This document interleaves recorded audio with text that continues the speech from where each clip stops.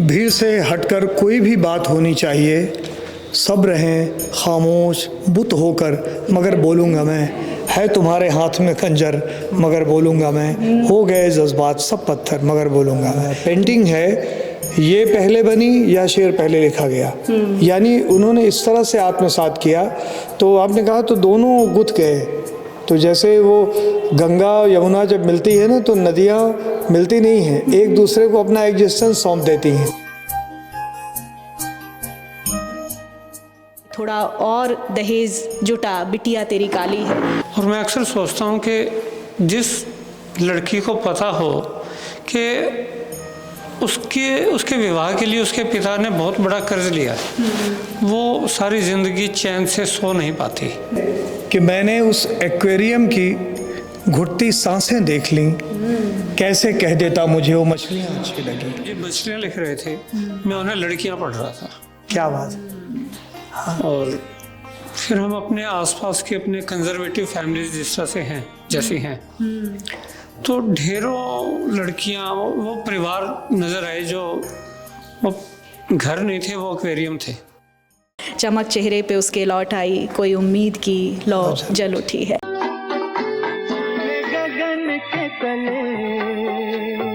और रफ़ी मार्ग पर ये all India fine arts and craft society है। आप मेरे पीछे देख पा रहे हैं, ये यहाँ का एग्जीबिशन हॉल है। और इस एग्जीबिशन हॉल में आज एक बहुत खूबसूरत सी पेंटिंग एग्जीबिशन लगी है। मैं कहूँगी कि बहुत अनोखी भी है। शायरी का और पेंटिंग का एक जो मेल है वो आपको भीतर दिखाई देगा। मैं आपको अंदर लेकर चलूँगी। आप देख रहे हैं द चबूतरा और मैं हूँ आपके साथ सोनल दहिया। और जैसा कि द चबूतरा आपसे वायदा करता है कि हम केवल किसी एक सेक्टर में अपने इस मंच को समेटेंगे नहीं। हम चाहते हैं कि आपको हर रंग, जो कि हमारा टैगलाइन है कि समाचार विचार और जीवन के हर रंग, वो सारे रंग हम आपको द चबूतरा के माध्यम से दिखाने की कोशिश करेंगे। तो आज मैं आपको एक अनोखी पेंटिंग एग्जीबिशन में लेकर आई हूँ। आपको लेकर चलती हूँ अंदर और दिखाती हूँ आपको इस पेंटिंग एग्जीबिशन के सारे कलर्स।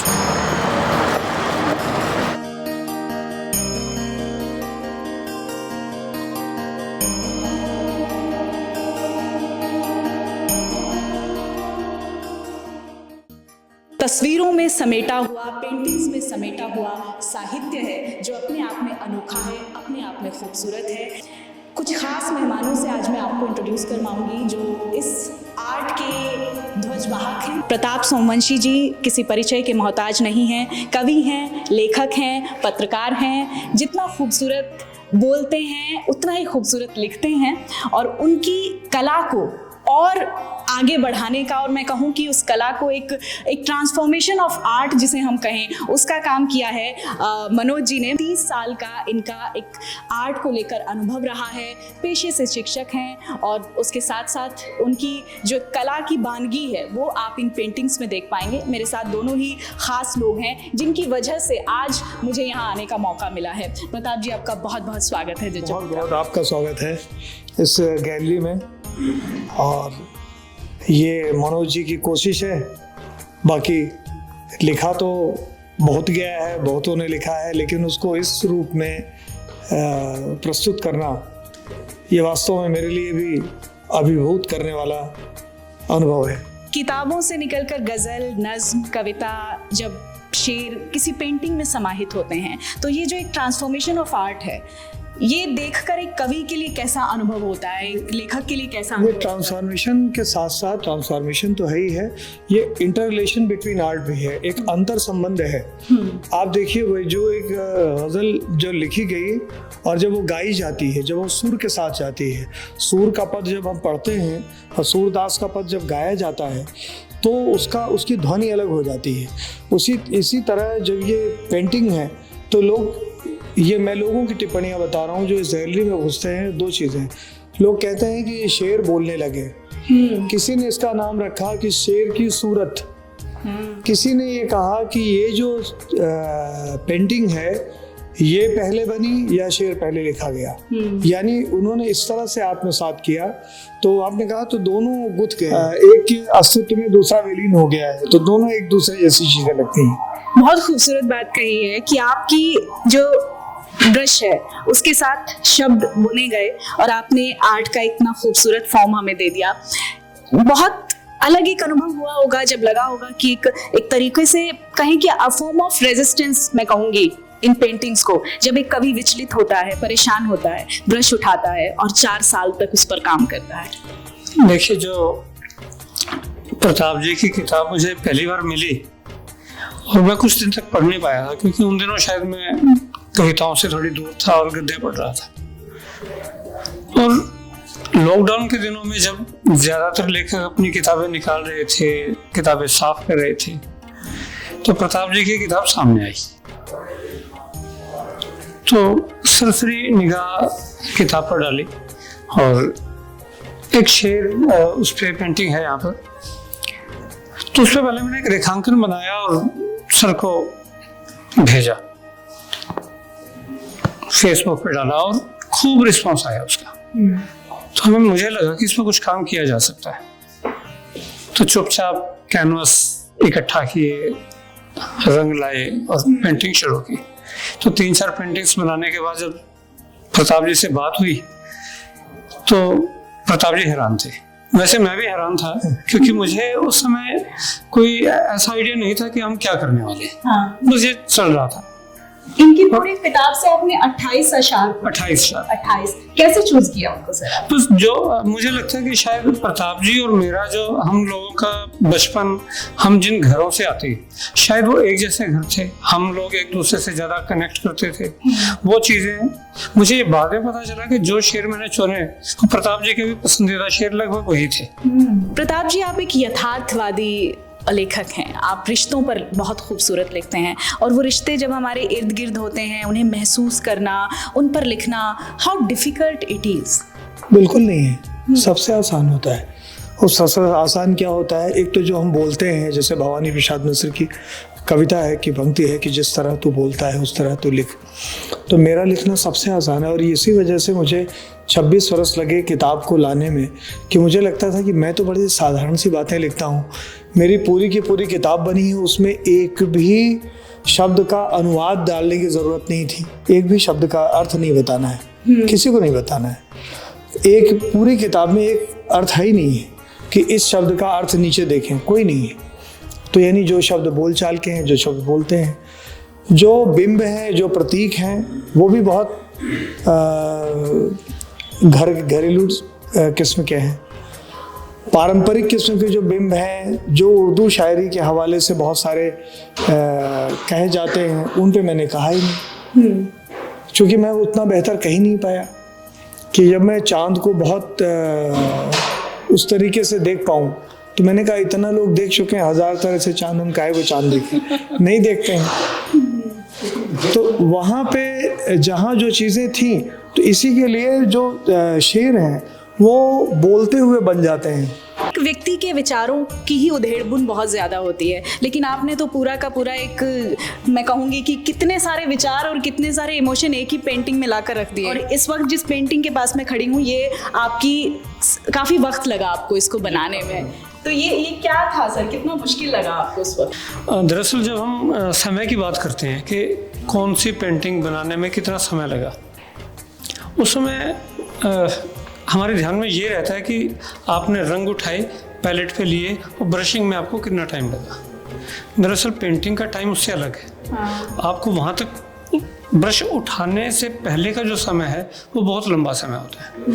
इस पेंटिंग के साथ मुझे संकट जो रहा कि मुझे सोचने में जितना समय लगा उतना समय से पेंट करने में भी लगा। मैं क्योंकि बहुत सारी जगह से चेहरे चटके हुए हैं, क्योंकि आईना चटका हुआ है। एक ही अक्स कैसे पाओगे, आईने 100 जगह से चटके हैं। तो पहले मुझे सोचने में बहुत समय लगा और बहुत बार ऐसा भी होता है कि आप 20 घंटे सोचते हैं और पेंट करने में सिर्फ 4 घंटे लगे। लेकिन कई बार ऐसा भी होता है कि आपको पेंट करने में भले ही 1 घंटा लगा हो, लेकिन आपको 100 घंटे सोचना पड़ा। और एक शायर कितना सोचता है एक शेर लिखने से पहले प्रताप जी? वो प्रोसेस में रहता है, प्रोसेस में रहता है। वो होता क्या है कि वो, जैसे मनोज जी ने कल एक बात कही थी, बातचीत हो रही थी, तो वो मैंने कहा कि ये तो जो प्रक्रिया है, रचना प्रक्रिया सेम, एक कवि की और एक चित्रकार की सेम रहती है कि वो कब बनेगा, एक कोई सिंबल आपके जहन में आ जाता है तो आपको लगता है कि यार इस बात से ये चीज़ बहुत अच्छी कही जा सकती है। तो अब उस बात के लिए अब आप उसका, आपका दिमाग जो है उसके जो वज़न, उसके मीटर, उसकी तलाश में लग जाता है। तो उसके वज़न, अब जैसे ये जो शेर था वो जो गज़ल है वो जिस गज़ल का शेर है वो था कि लोग तर्कों के बीच अटके हैं, रास्ते दूर दूर हटके हैं। तो एक नए किस्म की गज़ल थी वो। एक ही अक्स कैसे पाओगे, 100 जगह से चटके हैं। आप बोले ज़रूर तूफान पर, रहने वाले तो आप तट के हैं।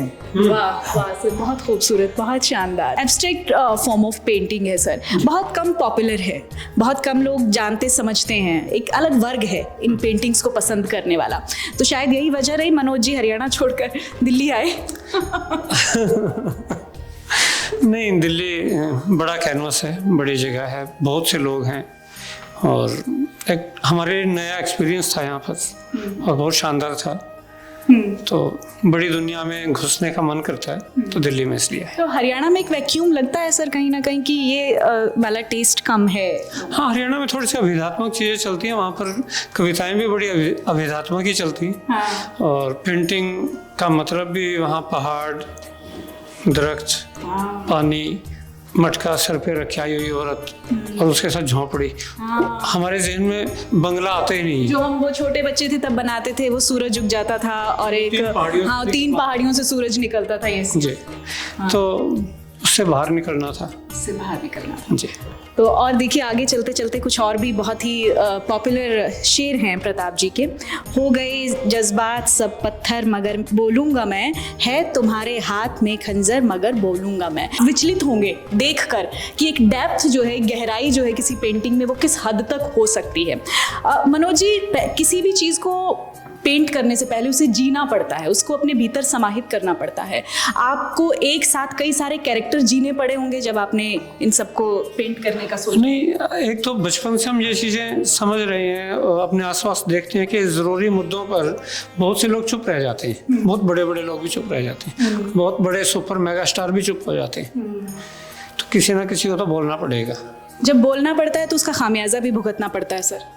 हाँ, और स्वाभाविक तौर पे ये जो शेर है ये 1992 में हंस में ये गज़ल छपी थी उसका है। तो अब से 32 साल पहले का है। तो 32 साल पहले तो आप समझिए कि अभी मैं 57 ईयर का हूँ, तो यानी 25 साल के लड़के का ये शेर है।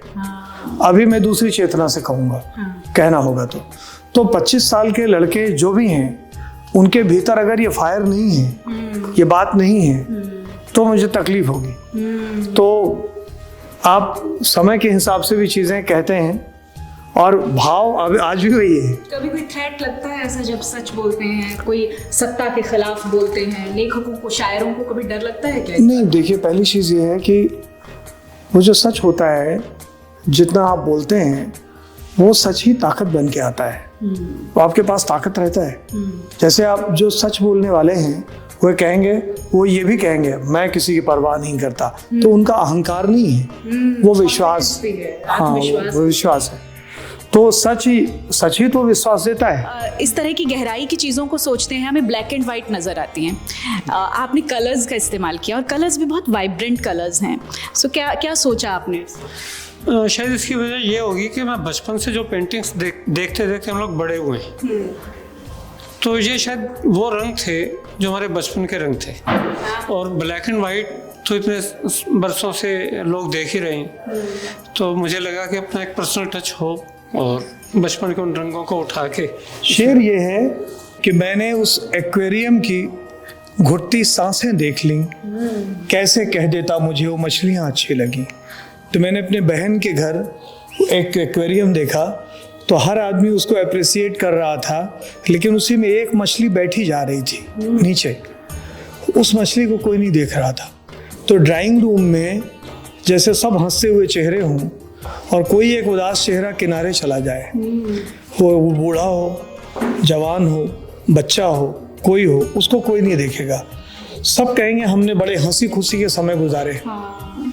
तो वो जो उदासी थी, वो उदासी दर्ज की गई इस प्रतीक के माध्यम से, जिसमें एक्वेरियम है और मछलियां हैं और ये बहुत ब्यूटीफुल कनेक्शन है। जिस तरह से इसको लिखा गया आपने उसी तरह से पेंट भी किया सर। जी, इस समय जब प्रताप जी मछलियाँ लिख रहे थे, मैं उन्हें लड़कियाँ पढ़ रहा था। क्या बात है। और फिर हम अपने आसपास के अपने कंजर्वेटिव फैमिलीज जिस तरह से हैं, जैसी हैं, तो ढेरों लड़कियाँ, वो परिवार नज़र आए जो वो घर नहीं थे, वो एक्वेरियम थे। और बहुत बड़ी ये उस सलाखों में है लड़कियाँ। तो ये बड़ी तकलीफ देने वाली पेंटिंग थी सच में, और ये तकलीफ से ही बनाई गई। I am feeling that emotions in your eyes sir, दिख रहा है वो आपकी आंखों में दिख रहा है। ये देखिए पेंटिंग, देखिए ज़रा गौर से आपको दिखाती हूँ मैं। सारे कलर्स आपको कुछ अलग लगेंगे और यहाँ एक अलग उदासी है। इन चेहरों को जब आप करीब से महसूस करेंगे, देखने की कोशिश करेंगे, तो ये बहुत उदास चेहरे हैं। मछलियों के साथ पीछे लड़कियाँ भी हैं, जैसे सर ने भी कहा, जब मछलियाँ लिख रहे थे तो वो लड़कियाँ पढ़ रहे थे। और ये जो एक दोनों को जोड़ने की जो एक कोशिश है, वो बड़ा साकार रूप लेती हुई इस पेंटिंग में दिख भी रही है। वो घर तो ये बोला, इतना आसान था सफ़र कोई। ये सफ़र सच में बहुत आसान नहीं होता सर। थक के हमारे पिता जब लौटते थे शाम को, तो दिन भर की मुश्किलें बताते थे, और जो सबसे बड़ी मुश्किल होती थी उसको वो थकन बताते थे। तो इसमें एक इत्मीनान भी है कि उसके पास घर है, कि वो बोल सकता है, बता सकता है, लेकिन जो पूरे दिन की थकन है उसको भी दर्ज करता है। तो एक आदमी पूरे दिन जो झेलता है, उस थकन को दर्ज करता हुआ ये शेर भी है। और ये कितनी अमेजिंग बात है। ये देखिए, ये चेहरा देखिए और ये चेहरा देखिए। ये वो साहूकार हैं जिनके यहाँ मजदूर काम करते हैं, और ये वो मजदूर हैं जो काम करने के बाद, थकने हारने के बाद ऐसे ही लगते होंगे, और अपने घरों को जाते होंगे तो ऐसा ही इमोशन होता होगा। इस शेर के साथ मुझे एक कविता भी याद आ रही थी, मैं प्रताप जी से भी जिक्र किया था। विनोद कुमार शुक्ल की कविता का एक अंश है कि घर एक शिविर है जिसमें मैं रोज घायल होकर लौटता हूँ। आपकी भी एक कविता है हिसार। जी, सबसे पहले मेरे शहर में बिहार जागता है, और वो भी आई होगी जहन में। वो बिल्कुल ये सारी चीज़ें जुड़ी हुई। मैं आपसे कह रहा हूँ कि इन शेरों से जुड़ने की एक सबसे बड़ी वजह ये थी कि ये मेरे दिल के बहुत करीब थी। ये जो एक लड़की पे है, तैनात पहरेदार 100, देखती हैं उसकी आंखें भेड़िए खूंखार 100। तो ये जो है, वो जो सारे प्रोटेक्टर बने फिर रहे हैं, उन्हीं से तो डर रही है। ये भी बड़ा एक उम्मीद की लौ जगाने वाला शेर है आपका। चमक चेहरे पे उसके लौट आई, कोई उम्मीद की लौ जल उठी है। गुणा भाग घटा जोड़ नहीं कर पाते, अपनी आदत में है रिश्तों को निभाए रखना। पहले भी मैंने कहा प्रताप जी रिश्तों के शायर हैं, रिश्तों पर बहुत बखूबी, बहुत खूबसूरती से लिखते हैं। और ये देखिए, गुणा भाग जोड़ घटा, शतरंज की का एक आप देख पा रहे हैं, पूरा एक ग्राउंड आपको दिखाई दे रहा होगा, और साथ साथ एक उधेड़ बुन किसी भी शख्स के दिमाग में जो चलती है उसको आप महसूस कर सकते हैं यहाँ। और शतरंज के रंग अलग दिए गए हैं सर, और यहाँ ऊपर कलर्स अलग हैं। हाँ, कुछ हारे हुए हैं, हाँ, और कुछ जीते हुए। हारे हुए का रंग अलग है, हाँ, जो जीत में है उसका रंग अलग है। जीत का रंग अलग है, और हाँ, और ये भी आपका बहुत ही शानदार शेर है सर, जरा आप खुद ही पढ़िए। भीड़ से हटकर कोई भी बात होनी चाहिए, सब रहें खामोश बुत होकर, मगर बोलूँगा मैं, है तुम्हारे हाथ में खंजर मगर बोलूँगा मैं, हो गए जज्बात सब पत्थर मगर बोलूँगा मैं। तो मनोज जी कुछ ही गज़लों के दो शेर 3 शेर पे पेंटिंग में बनाई है, तो ये उसमें है। और ये सबसे आखिर में इनकी पेंटिंग है, जो सबसे लास्ट में इन्होंने बनाई है। सबसे लास्ट में बनी है ये जी। असल में इस तरह के कई सारे शेर मैंने चुने थे। शायद इसकी वजह ये होगी कि बेसिकली मैं कार्टूनिस्ट हूँ, हाँ, और कार्टूनिस्ट को ज़रूर बोलना होता है, और कार्टूनिस्ट सबसे ज़्यादा खतरे में है इस समय। बहुत पावरफुल इमोशन होता था एक टाइम पर। अखबारों के जो कार्टून्स थे वो बहुत सुर्खियां बटोरते थे, लेकिन अब ये विधा धीरे धीरे छूट रही है। मास कम्युनिकेशन का एक फॉर्म मानूंगी मैं इसे, है नो डाउट। तो लेकिन आज कार्टून्स क्यों पीछे चले गए सर, इस पर भी थोड़ा आप बताइए सर। कार्टूनिस्ट क्यों पीछे चले गए, ये मेरे ख्याल में प्रताप जी बताएं तो बेहतर है। अखबार वाले लोग हैं, तो अखबारों ने हमें छापना बंद किया है। सर बताइए। शिकायत है आपसे? स्वाभाविक तौर पे ये सच है कि दोनों बातें हैं। बहुत अच्छे कार्टून बनते भी नहीं और बहुत अच्छे कार्टून छपते भी नहीं, तो दोनों स्थितियाँ हैं। जब पेंटिंग्स कमर्शियल हो गई हैं, लोग कमर्शियल काम कर रहे हैं, नो डाउट होना भी चाहिए, उस दौर में 4 साल का लंबा वक्त लगाना किसी एक 28 अशआरों पर, आपको लगता है लंबा वक्त लग गया या you are satisfied with that? नहीं, मैं बहुत खुश हूँ। और वक्त क्या, ये मज़े का काम था। मैंने 28 पेंटिंग्स के साथ मज़े किए। पावरफुल एक्सप्रेशन है जब एक लेखक, एक कवि समाज की व्यथाओं पर सोचता है, समाज की कुरीतियों पर सोचता है। तो ये शेर है प्रताप जी का कि थोड़ा और दहेज जुटा बिटिया तेरी काली है। और ये देखिए, एक बिटिया है और पिता है और उदासी चेहरे पर आप देख सकते हैं। क्या एक रे ऑफ होप दिखती है क्या कि हमारे इस एक्सप्रेशन से जो है कुछ बदलेगा, कुछ बदलाव की उम्मीद है? नहीं, बात कही जाएगी तो कहीं ना कहीं उसका असर होगा ज़रूर, ये तय है।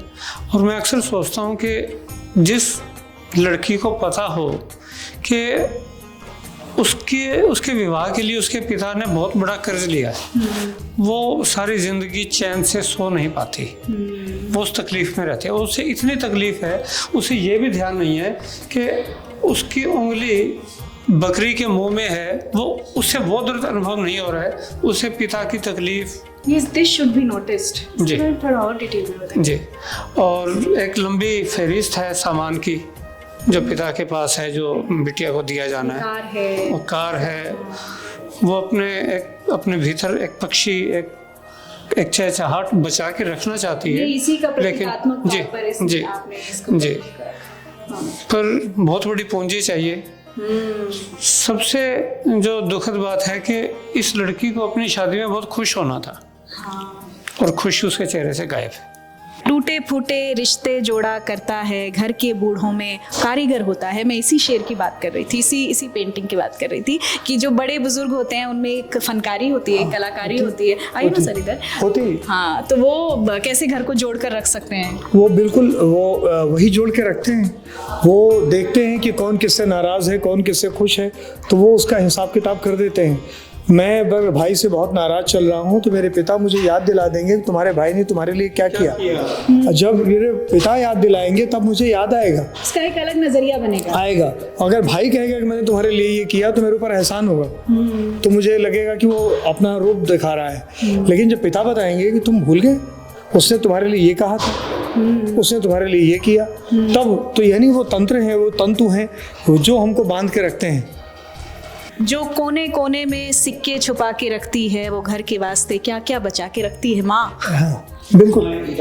बहुत सारी जगह मैंने माँ को लिखा, माँ शब्द नहीं लिखा। मैंने कहा माँ लिखती उसकी गरिमा हो जाती है, माँ कहने की जरूरत क्या। हाँ, पीपल फील कि वो मेरी माँ है। वो मैं अपनी माँ की कहानी नहीं लिख रहा हूँ, वो अपनी माँ। तो वो तो इसलिए इसमें माँ शब्द का जिक्र नहीं है। अच्छा, कुछ लिखते हुए, कुछ पेंट करते हुए मनोज जी, ऐसा लगता है कि उसमें वो पर्सनल टच ना रहे कि वो लोगों के लिए कही गई या प्रस्तुत की गई चीज़ लगे कि वो उससे खुद कनेक्ट हो पाए। अपने पर्सनल टच को थोड़ा बचा के रखना पड़ता है क्या? पेंटिंग में भी ऐसा होता है? आपका सोचने का नजरिया ही वैसा हो जैसा लोग सोचते हैं। हाँ। काम करते हुए तो मतलब अगर ये सिर्फ मेरे लिए रहेगा तो उसका कोई मतलब नहीं है। हाँ। और मुझे लगता है कि मुझे सोचना भी उस तरह से चाहिए, जैसे जब मैं लोगों के लिए काम कर रहा हूँ तो मुझे उसी तरह से सोचना चाहिए। देखिए, आर्ट को लेके मनोज जी ने जो 3-4 बार एक जुमला दोहराया कि मज़े का, मुझे मज़ा आया, मैं किया। तुलसीदास ने इतनी बड़ी पुस्तक, रामचरितमानस से बड़ी तो कोई पुस्तक नहीं है, उससे बड़ा कोई काव्य नहीं है। तुलसी ने जो रामचरितमानस लिखी, उसके लिए उन्होंने कहा कि स्वांतः सुखाय रघुनाथ गाथा, कि जो रघुनाथ की गाथा मैंने लिखी अपने सुख के लिए। हाँ, वो तो, और वो ऐसी पुस्तक है कि गांव में किसी को भी, अनपढ़ को भी 2 चौपाई याद है। तो कला की ये शक्ति है कि वो एक आप बीती से जग बीती बन जाती है। ये बड़ी बात कह रहे हैं आप बीती से जग बीती बनने का एक क्रम है। हाँ। और उस क्रम को एक कलाकार बहुत बेहतर महसूस भी कर सकता है। तुम्हारे वास्ते इतवार होगा छुट्टी का, किसी के वास्ते ये दुगने काम का दिन है। इसमें पीड़ा है, दर्द है कि पूरा दिन आपके लिए इतवार हो सकता है लेकिन मजदूर के लिए कोई इतवार नहीं है। मजदूर के लिए नहीं है, और हमारे घर में भी बहुत मजदूर हैं। हाँ। हमारी माएँ, पत्नियाँ, बहनें, उनके पास कोई, अब तो कॉर्पोरेट में भी मजदूर हैं सर जी, और उन दासों को ये पता नहीं है कि वो दास्तान है। हाँ। और ये सबसे दुखद है कि हमारे हिस्से के इतवार हमसे छीन लिए जाए। और पिछले दिनों एक बहुत बड़े पूंजीपति आदमी, उन्होंने कहा भी था कि जब अमेरिका कह रहा है कि हफ्ते में 4 दिन ही वर्किंग होने चाहिए, उनका कहना था कि 70 घंटे काम करना चाहिए, उन्हें और अमीर होना था। ये पेंटिंग भी बहुत अमेजिंग है और कितने सारे इसमें इमोशन है, मतलब I can't to explain in words. और ये हर माँ बाप की आज के समय में, का मैं जिक्र कर रहा था ये कि 3D इफेक्ट के साथ है ये। जी, कुछ दिन इस घर कुछ दिन उस घर रहने की मजबूरी में अम्मा बाबू भी बच्चों में 2 हिस्से हो जाते हैं, और ये 2 हिस्से पेंटिंग में होते हुए दिख रहे हैं। और हर पात्र अलग। हमारे घरों की स्थितियाँ ऐसी हैं। अब हमारे बच्चे नौकरी करने दूर जा रहे हैं, दूसरा बच्चा कहीं और जा रहा है। उन्हें इसलिए जरूरत नहीं है माँ बाप की कि माँ बाप हैं, इसलिए कि चलो घर का आदमी बच्चों को संभाल लेगा और विश्वसनीय है, पैसा भी कम खर्च होगा। तो ये शेर आपने कब लिखा था? ये बिल्कुल ये घर का ही शेर है। जैसे मैंने कहा ना कि मेरे माता पिता कहीं थे तो एक बच्चा घर का कहता है कि अच्छा ऐसा है कि अगर बाबा को रखना है दादी को भेज दो। हाँ। तो वो आपने महसूस किया और आपने लिख दिया कि बंद कमरों में बहस करना, बला का चीखना, और जब बाहर मिले ठों पे ताले हो गए। ये पेंटिंग मेरे भीतर के कार्टूनिस्ट ने चुनी थी। ये शेर उसने सुना था और इसलिए बनाई गई। कभी कंफ्यूज होते हैं कार्टूनिस्ट में, पेंटिंग में, और बहुत पेंटिंग करते हुए जो कैरेक्टर है मैं वो कार्टून वाले बना बैठता हूँ। तो उसे मुझे बाद में ठीक करना पड़ता है। उसके बाद उसे ठीक करना पड़ता है। और ये एक कभी लगता है कि ये पर्सनैलिटी अलग अलग आती है क्या जब कार्टून बनाते हैं? तो डिफरेंट नहीं, आपको अपनी बात कहनी है और बात कहने का तरीका अलग अलग जगह पे अलग अलग है। हाँ, कभी मिक्स हो जाता है, पर इतना तो कलाओं में चलता है कि एक दूसरे में थोड़े बहुत, दूसरे के घर में, दूसरे घर से एक कटोरी दाल ले आए और उसके घर में अपनी लौकी दें। तो इतना। That's beautiful sir। तो और कैसा रिस्पांस मिल रहा है पेंटिंग एग्जीबिशन? बहुत अच्छा है, बहुत अच्छा है। जैसे मैंने बताया, बहुत ही अच्छा है। लोग देख रहे हैं, समझ रहे हैं, चीज़ें हैं। एक प्रयोग है, उस प्रयोग को लोग सराह रहे हैं। और देखें उनके भीतर वो यहाँ से कोई एक शेर अपने साथ लेके जाएं, कोई एक दृश्य अपने साथ लेके जाएं, बस इतनी ही चाह है। That is an achievement for बस you। वही है, एक शेर आपके पास रहता है तो याद जाता है। तमाम सारे शेर होते हैं, सोशल मीडिया पे पड़े रहते हैं, नाम भी आपका हट जाता है, लेकिन वो बात अगर पहुंच जाती है तो हाँ यार अच्छी बात। आगे भी प्लानिंग्स हैं, बहुत सारी एग्जीबिशंस की आपने? ये बस अभी काम देखते हैं कि लोगों का रिस्पांस वैसे अच्छा है तो कुछ कोशिश करेंगे कि और कुछ काम किया जाए इसी दिशा में। तो ये पूरी पेंटिंग एग्जीबिशन हमने आपको घुमाई और जो इसके सूत्रधार हैं वो दोनों हमारे साथ रहे। हमने डिटेल में इन पेंटिंग्स पर बात भी की। एक एक शेर में एक अलग रूहानी ताकत है, और जैसा कि प्रताप जी ने कहा कि अगर कोई यहाँ आता है, घूमने आता है, देखने आता है, वो अगर एक शेर भी अपने साथ ले जाए तो वो उसकी ज़िंदगी को किसी न किसी मायने में साकार ज़रूर करेगा, क्योंकि एक अलग गहराई है, चीज़ों को सोचने का, देखने का एक अलग नज़रिया है। और जब आप साहित्य की समझ को अगर डेवलप करना चाहते हैं, एक पेंटर के नज़रिए से एक अलहदा दुनिया, एक अलग दुनिया देखना चाहते हैं, तो ज़रूर आइए। और मैं दावा करती हूँ कि आपका इतवार इस पेंटिंग को देखकर, इस एग्जीबिशन को देखकर छोटा पड़ जाएगा। Thank you so much for joining us. Thank you sir. Thank you sir. शुक्रिया।